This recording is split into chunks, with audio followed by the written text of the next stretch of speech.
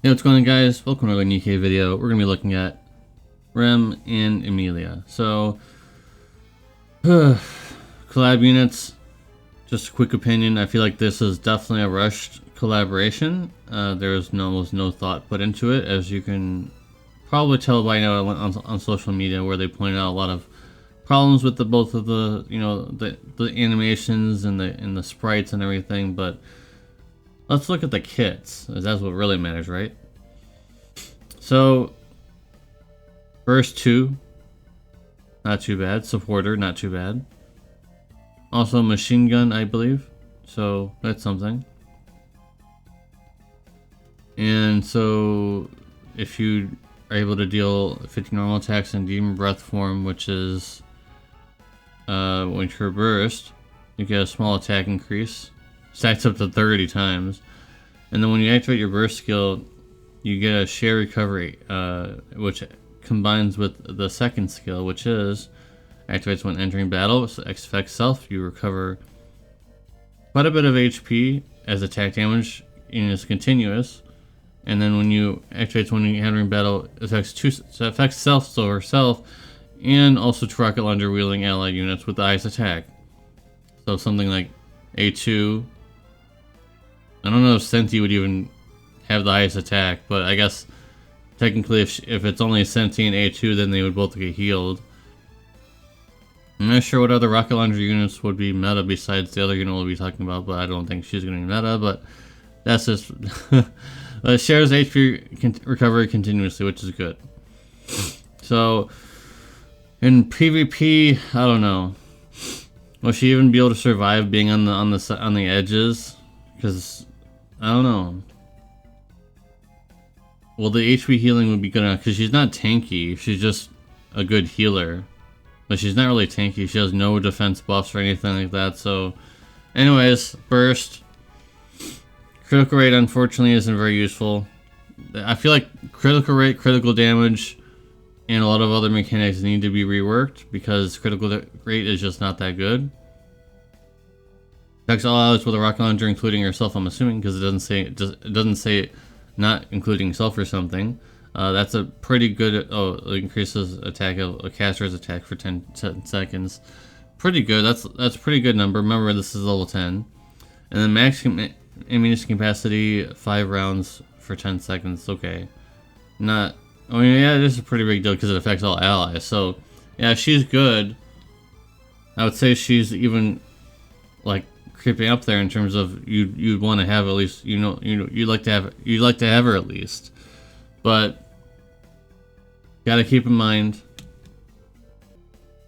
I feel like this collab is a big skip overall, no matter what score I give them, but because 1.5 anniversary is near in April, and Dorothy was last year, she was really good. She's still really good. I use her all the time, so I mean, I can't imagine what it could be the next Pilgrim. That would be really great. So, are you really gonna risk pulling this instead of a Pilgrim in like a month's time? I don't know. She's good. I'll give her a 9. She's not gonna. Oh, oops. She's not gonna get any higher than that. Just because I really want you guys to consider, your resources. If you have some gold tickets, maybe you get at least 1. But for PvP, I'm not sure if she's going to be good enough. Because she's not tanky, like I mentioned. So, for PvE, probably good in pretty much every content if you have a rocket launcher team. If you do not have 2 rocket launchers on your team, her effectiveness obviously is not going to be as great because, you're only getting half effectiveness of that second skill. Alright, so the one I was actually looking forward to is actually the worst of the bunch, unfortunately. So she's the burst 3 attacker, and we already know how. If you've been following my channel for a while, you kind of already know how I feel about burst 3 characters. They're the characters you want to invest the absolute most into during your time playing. You want to have all their skills level 10, or at least the ones that are good.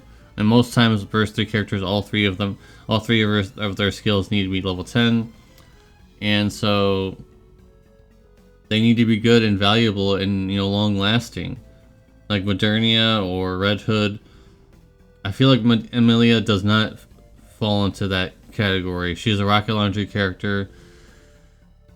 Let's go over it. Activates when attacking with full charge. Affect yourself, charge speed is increased, you get your charge damage, and it'll last for 1 round. Activates when attacking with full charge, affects targets, and then you'll feel damage to the main body equal to the percentage of the damage dealt. Fine. Activates when entering full burst, affects self, you get max ammunition capacity, which is good because it combines with a lot of other things you'll want to do.